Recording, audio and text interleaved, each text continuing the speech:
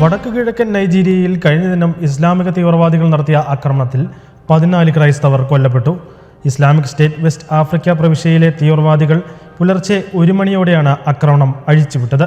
ഭീകരർ പള്ളിക്കെട്ടിടത്തിനും പട്ടണത്തിലെ ക്രിസ്ത്യാനികളുടെ വീടുകൾക്കും തീയിടുകയും പള്ളിയുടെ പരിസരത്ത് പാർക്ക് ചെയ്തിരുന്ന വാഹനങ്ങൾ നശിപ്പിക്കുകയും ചെയ്തതായി പ്രദേശവാസിയായ ആരോൺ ബുവാല ക്രിസ്ത്യൻ വെളിപ്പെടുത്തി. വത്തിക്കാൻ അംഗീകാരമുള്ളതും സർക്കാർ അംഗീകരിച്ചിട്ടില്ലാത്തതുമായ വെൻസോ രൂപതയിലെ മെത്രാൻ മോൺസിനോർ ഷാവോ സുമിൻ അകാരണമായി തടങ്കലിൽ. 2011 വത്തിക്കാന്റെ അംഗീകാരത്തോടുകൂടി നിയമിതനായ മെത്രാന്റെ പദവി അംഗീകരിക്കാൻ കമ്മ്യൂണിസ്റ്റ് സർക്കാർ തയ്യാറായിരുന്നില്ല.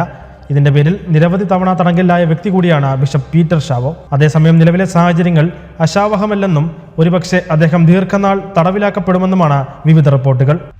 യുദ്ധത്തിനിരകളായിത്തീരുന്ന പൊതുജനത്തെ യുദ്ധത്തിന്റെ പാർശ്വഫലമായിട്ടല്ല, യാദൃശികമായി സംഭവിക്കുന്ന നാശമായിട്ടുമല്ല, പ്രത്യുത മനുഷ്യ വ്യക്തികളായിട്ടാണ് കാണേണ്ടതെന്ന് ഫ്രാൻസിസ് പാപ്പ. സമാധാനം എന്ന ഹാഷ്ടാഗ് കൂടി കണ്ടുചേർത്ത് എക്സിൽ പോസ്റ്റ് ചെയ്ത സന്ദേശത്തിലാണ് പാപ്പ ഇപ്രകാരം കുറിച്ചത്. യുദ്ധത്തിന് ഇരകളായവരുടെ കണ്ണുകളിലേക്ക് നോക്കാനും അവരുടെ വൈയക്തിക ചരിത്രം അറിയാനും നമുക്ക് കഴിഞ്ഞാൽ യുദ്ധം എന്താണെന്ന് നമുക്ക് കാണാനാകുമെന്നും പാപ്പ എക്സിൽ കുറിച്ചു. യുദ്ധങ്ങളും അതേ തുടർന്നുണ്ടാകുന്ന പ്രതിസന്ധികളും രൂക്ഷമാകുമ്പോഴും ആത്മീയ കാര്യങ്ങളിലും കൗദാശിക ജീവിതത്തിലും ഒരിക്കലും പിന്നോട്ടു പോകാതെ തങ്ങളുടെ വിശ്വാസം മുറുകെ പിടിക്കുകയാണ് ഗാസയിലെ കത്തോലിക്കർ.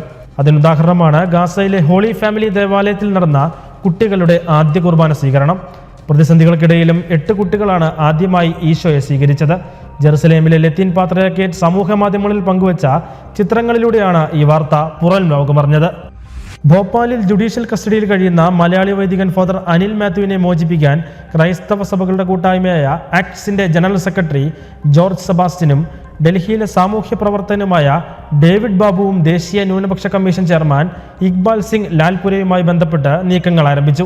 ലൈസൻസ് ഇല്ലാതെ സ്ഥാപനം നടത്തിയെന്ന കുറ്റം ആരോപിച്ചാണ് ഫാദർ അനിൽ മാത്യുവിനെ അറസ്റ്റ് ചെയ്തത്. എന്നാൽ ഇപ്പോൾ മതപരിവർത്തനമടക്കമുള്ള കുറ്റങ്ങൾ ചുമത്താനുള്ള നീക്കമാണ് പോലീസ് നടത്തുന്നതെന്നും ജോർജ് സെബാസ്റ്റ്യൻ ആരോപിച്ചു. സത്യസഭയെ അനുദിനം അറിയുവാൻ, സഭയെ സ്നേഹിക്കാൻ സൺഡേ ശാലോം യൂട്യൂബ് ചാനൽ ഇപ്പോൾ തന്നെ സബ്സ്ക്രൈബ് ചെയ്യുക.